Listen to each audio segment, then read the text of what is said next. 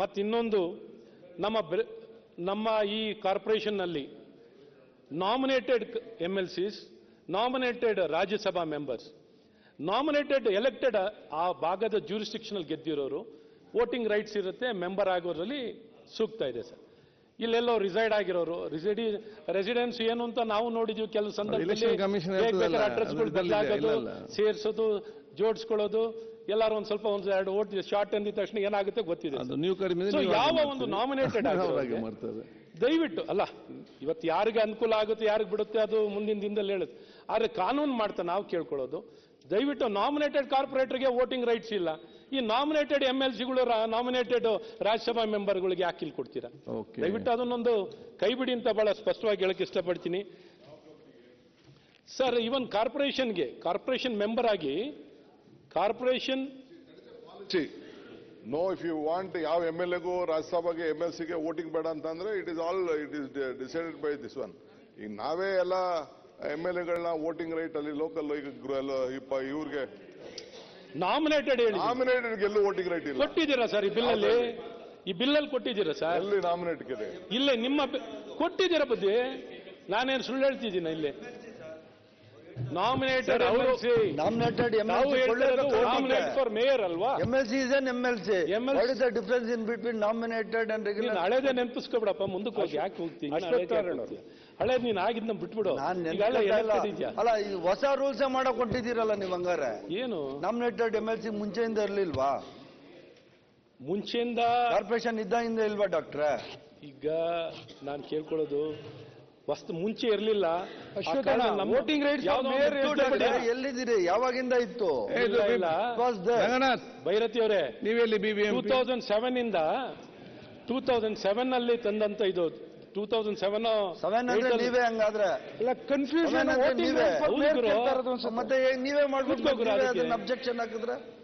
ಅದಕ್ಕಾಗಿ ನನ್ನ request, greater Bengaluru ಅಥಾರಿಟಿಯಲ್ಲೂ GBAನಲ್ಲೂ ಈ ನಾಮಿನೇಟೆಡ್ ಅವರು ಬರುವಂಥದ್ದು, ಕಾರ್ಪೊರೇಷನ್ ಅಲ್ಲಿ ನಾಮಿನೇಟೆಡ್ ಬರುವಂಥದ್ದು ಅವಕಾಶ ಬೇಡ ಅಂತಾನು ಕೇಳ್ಕೊತಾ, ಮತ್ತು ಏನೊಂದು ಗ್ರೇಟರ್ ಬೆಂಗಳೂರು ಅಥಾರಿಟಿ ಬೆಂಗಳೂರಿನಲ್ಲಿ SPV ಏನೋ ಮಾಡ್ತಿದ್ದಾರೆ. SPV ಜೊತೆನಲ್ಲೇ ಬೆಂಗಳೂರು ಸಂಬಂಧಪಟ್ಟ ಹಾಗೆ ಕಾಮಗಾರಿ ಮಾಡುವಂಥ ಪ್ರೊವಿಷನ್ ಮಾಡ್ಕೊಂಡಿದ್ದಾರೆ. ಸೊ ಅದನ್ನು ಕೈ ಬಿಡಿ ಅಂತ ಕೇಳ್ಕೊತೀನಿ. SPV ಮಾಡ್ಕೊಂಡಿದ್ದೀರಾ? SPVನೂ ಮಾಡ್ಕೊಂಡು ಆ SPV ಕಾರ್ಪೊರೇಷನ್ ದುಡ್ಡು ತಗೊಂಡು ನೀವು SPV ಮಾಡ್ಕೊಳ್ಳೋದಲ್ಲ, ಸರ್ಕಾರ ದುಡ್ಡು ತನ್ನಿ. ಸರ್ಕಾರ ದುಡ್ಡನ್ನು ಬಳಕೆ ಮಾಡಿಕೊಂಡು ಕಾರ್ಪೊರೇಷನ್ ದುಡ್ಡು ತಗೊಂಡು SPV ಮಾಡೋದು ಸೂಕ್ತ ಅಲ್ಲ. ಸರ್ಕಾರದಿಂದ ಏನಾದ್ರು ಗ್ರಾಂಟ್ ಕೊಟ್ಟು ಸರ್ಕಾರದ ಹಣವನ್ನು ತಗೊಂಡು ನೀವೇನಾದ್ರು SPV ಮಾಡೋದಾದ್ರೆ ಸ್ವಾಗತ. ಏನು ಕಾರ್ಪೊರೇಷನ್ ಹಣವನ್ನು ತಗೊಂಡು ಮಾಡೋದು ಬೇಡ. ಮತ್ತು ಮುಖ್ಯವಾಗಿ ಇನ್ನೊಂದು ಕೊನೆಯದಾಗಿ, ಉಪಮುಖ್ಯಮಂತ್ರಿಗಳು ಹೇಳ್ತಾರೆ ಸರ್ಕಾರಕ್ಕಿಂತನೂ ಬಲಿಷ್ಠವಾಗಿ ಸ್ಥಳೀಯ ಸಂಸ್ಥೆಗಳು ಇರಬೇಕು ಅಂತ.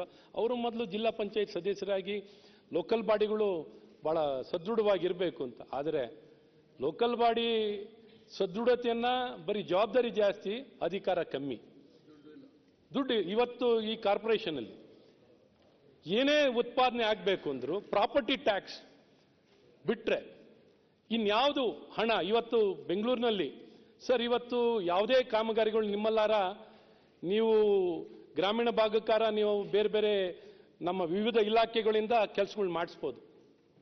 ಆ ನಗರ ಪ್ರದೇಶದಲ್ಲಿ ಇವತ್ತೊಂದು ಮನೆ ನಿರ್ಮಾಣ ಆಗಬೇಕು ಅಂದ್ರೆ, ನಿಮ್ಗೆ ಎಕ್ಸಾಂಪಲ್ ಹೇಳೋದಾದ್ರೆ, ಇಲ್ಲಿ ಮನೆ ನಿರ್ಮಾಣ ಆಗಬೇಕು ಅಂದ್ರೂ ಕಷ್ಟ. ಯಾವುದು ಮನೆ ನಿರ್ಮಾಣ ಮಾಡಬೇಕು ಅಂತ ಮುಖ್ಯಮಂತ್ರಿ ಗೃಹ ಯೋಜನೆ ಮಾಡಿದ್ದಾರೆ. ಈ ಮುಖ್ಯಮಂತ್ರಿ ಗೃಹ ಯೋಜನೆ ಸ್ಟಾರ್ಟ್ ಆಗಿದ್ದು ಯಾವಾಗ ಗೊತ್ತಾ ಸರ್?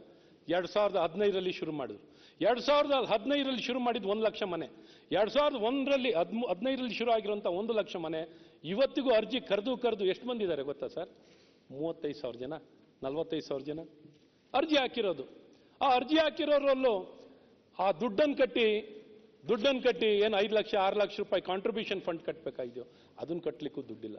ಈ ರೀತಿ ಒಂದು ನಗರದಲ್ಲಿ ಯಾವುದೇ ಸೌಕರ್ಯ, ಒಂದು ಆರೋಗ್ಯದಲ್ಲಾಗಲಿ, ಶಿಕ್ಷಣದಲ್ಲಾಗಲಿ, ಒಂದು ರೇಷನ್ ಕಾರ್ಡ್ ಆಗಲಿ, ಈವನ್ ಭಾರತ ಸರ್ಕಾರದ ಗೈಡ್ಲೈನ್ಸ್ 50% ಇದೆ. ಬೆಂಗಳೂರು ಸಿಟಿನಲ್ಲಿ ಮಿನಿಮಮ್ BPL ಕಾರ್ಡ್ ಕೊಡಬೇಕು ಅಂದ್ರೆ ಇಲ್ಲಿ 25% ಇರೋಲ್ಲ ಸರ್. ಸೊ ಈ ರೀತಿ ಸಮಸ್ಯೆಗಳಿರ್ತದೆ. ಹಾಗಾಗಿ ಸ್ಥಳೀಯವಾಗಿ ಬರೀ ಪ್ರಾಪರ್ಟಿ ಟ್ಯಾಕ್ಸ್ ಇಂದನೇ ಒಂದು ನಗರವನ್ನು ನಡೆಸ್ತೀವಿ ಅನ್ನೋಂಥದ್ದು ಸೂಕ್ತ ಅಲ್ಲ. ಹಾಗಾಗಿ ಬೇರೆ ಬೇರೆ ಸೆಸ್ ಫಂಡ್, ಈಗ ಪೆಟ್ರೋಲ್ ಅಲ್ಲಿ ಪೆಟ್ರೋಲ್ ಸೆಸ್ ಫಂಡ್ ತಗೊಂಡಿದ್ದಾರೆ ಸರ್. ಪೆಟ್ರೋಲ್ ಸೆಸ್ ಫಂಡ್ ಅನ್ನ ಬೆಂಗಳೂರಿನಲ್ಲಿ ತಗೊಂಡು ಬೆಂಗಳೂರಿನಲ್ಲಿ ಮಾತ್ರ ಸೆಸ್ ಫಂಡ್ ಹಾಕೊಂಡಿದ್ದಾರೆ. ಅದು ತಗೊಂಡು ಎಲ್ಲಿಗೆ ತಗೋತಾರೆ ಗೊತ್ತಾ ಸರ್? Metro corporation. ಮೆಟ್ರೋ ಕಾರ್ಪೊರೇಷನ್ಗೆ ಸರ್ಕಾರ ದುಡ್ಡು ಕೊಟ್ಟಿದ್ದಾರೆ, ರಾಜ್ಯ ಸರ್ಕಾರದ ಕಾಂಟ್ರಿಬ್ಯೂಷನ್ ₹1 ಕೊಟ್ಟಿಲ್ಲ. ಬೆಂಗಳೂರು ನಗರದ ಜನರು ಪೆಟ್ರೋಲ್ ಸೆಸ್ಸು ಡೀಸೆಲ್ ಸೆಸ್ ಏನು ಕೊಡ್ತಾರಲ್ಲ, ಆ ಸೆಸ್ಸಿನ ದುಡ್ಡನ್ನೇ ಸ್ಟೇಟ್ ಕಾಂಟ್ರಿಬ್ಯೂಷನ್ ಅಮೌಂಟ್. ಸೊ ಈ ರೀತಿ ನಗರಕ್ಕೆ ಯಾವಾಗಲೂ ಬರೀ ಬಡ್ಜೆಟ್ ಅಲ್ಲಿ ಬಾರಿ ದೊಡ್ಡದು ಓದ್ತಾರೆ. ಬಜೆಟ್ ಮಾತಾಡ್ತಾರಲ್ಲ ನೀವು, ಬಿಲ್ ಬಗ್ಗೆ ಮಾತಾಡಿ, ಅಲ್ಲ. ಏನು ಸಲಹೆ ಇದ್ರೆ ಕೊಡಿ. ಅದಕ್ಕಾಗಿ ಬಜೆಟ್ ಸ್ಥಳೀಯವಾಗಿ ಹಾಕಿ. ಆ ಪ್ರೊವಿಷನ್ಗಳನ್ನ ಇನ್ನೂ ಸರ್ಕಾರದಿಂದ ಈ ಮೋಟರ್ ಟ್ಯಾಕ್ಸ್, ವೆಹಿಕಲ್ ಟ್ಯಾಕ್ಸ್ ಅನ್ನ ಕಲೆಕ್ಟ್ ಮಾಡ್ತಾರಲ್ಲ ಅದ್ರಲ್ಲಿ ಕೊಡ್ಲಿ, ಅಥವಾ ಸ್ಟಾಂಪ್ ಡ್ಯೂಟಿಯಲ್ಲಿ ಕಲೆಕ್ಟ್ ಮಾಡೋದ್ರಲ್ಲಿ ಆಯ್ತು, ಕೊಡ್ಲಿ, ಬಿಲ್ಲಲ್ಲಿ ಸೇರಿಸ್ಬೇಕು. ಎಕ್ಸೈಸ್ ಡ್ಯೂಟಿಯಲ್ಲಿ ಕೊಡ್ಲಿ, ಪೆಟ್ರೋಲ್ ಆಯ್ತು, ಕಲೆಕ್ಟ್ ಮಾಡಿ ಬಿಲ್ಲಲ್ಲಿ ಬೆಂಗಳೂರು ನಗರಕ್ಕೆ ಕೊಡ್ಲಿ. ವಿಶ್ವನಾಥ್. ಹಾಗಾಗಿ ಇದು ಯಾವ್ದು ದುಡ್ಡು ಕೊಡದೆ ಟ್ಯಾಕ್ಸ್ ಅನ್ನ ಇಲ್ಲಿ ನಮಗೆ ಶೇರ್ ಆಫ್ ಟ್ಯಾಕ್ಸ್ ಅನ್ನ ಕೊಡದೇನೆ ಬರೀ ತಗೊಂಡೋಗೋದಾಗುತ್ತೆ. ಬಿಲ್ ಬಗ್ಗೆ ಮಾತಾಡಿ. ಅಲ್ಲ, ಬಿಲ್ ಬಗ್ಗೆನೇ ಸರ್. ಬಿಲ್ಲ ಫಂಡ್ ಇಲ್ಲಿ ಫೈನಾನ್ಸ್ ಇದರಲ್ಲೇ ಬರುತ್ತಲ್ಲ sir, okay. Financial fund mobilisation ಅಲ್ಲಿ ಇದು ಬರುತ್ತಲ್ಲ ಪ್ರೊವಿಷನ್. ಈ ಫಂಡ್ ಮೊಬಿಲೈಸೇಷನ್ ಬರೀ ಪ್ರಾಪರ್ಟಿ ಟ್ಯಾಕ್ಸ್ ನಲ್ಲೇನೆ ಬೆಂಗಳೂರು ನಗರ ಅಥವಾ ಸ್ಟೇಟ್ ಫೈನಾನ್ಸ್ ಕಾರ್ಪೊರೇಷನ್ ಇಂದ ಬರುವಂತ ಅಲ್ಪ ಸ್ವಲ್ಪ ಹಣ ಬರ್ತದೆ ಅಷ್ಟೇ. ಈ ಅಲ್ಪ ಸ್ವಲ್ಪ ಹಣದಿಂದ ಏನೂ ಆಗಲ್ಲ. ಹಾಗಾಗಿ ಇವತ್ತು ಬೆಂಗಳೂರು ನಗರ ವಿಶೇಷವಾಗಿ ಏನೆಲ್ಲ ಸುಧಾರಣೆ ತರಬೇಕಾಗಿದೆಯೋ ತರುವಂಥದ್ದಾಗ್ಲಿ.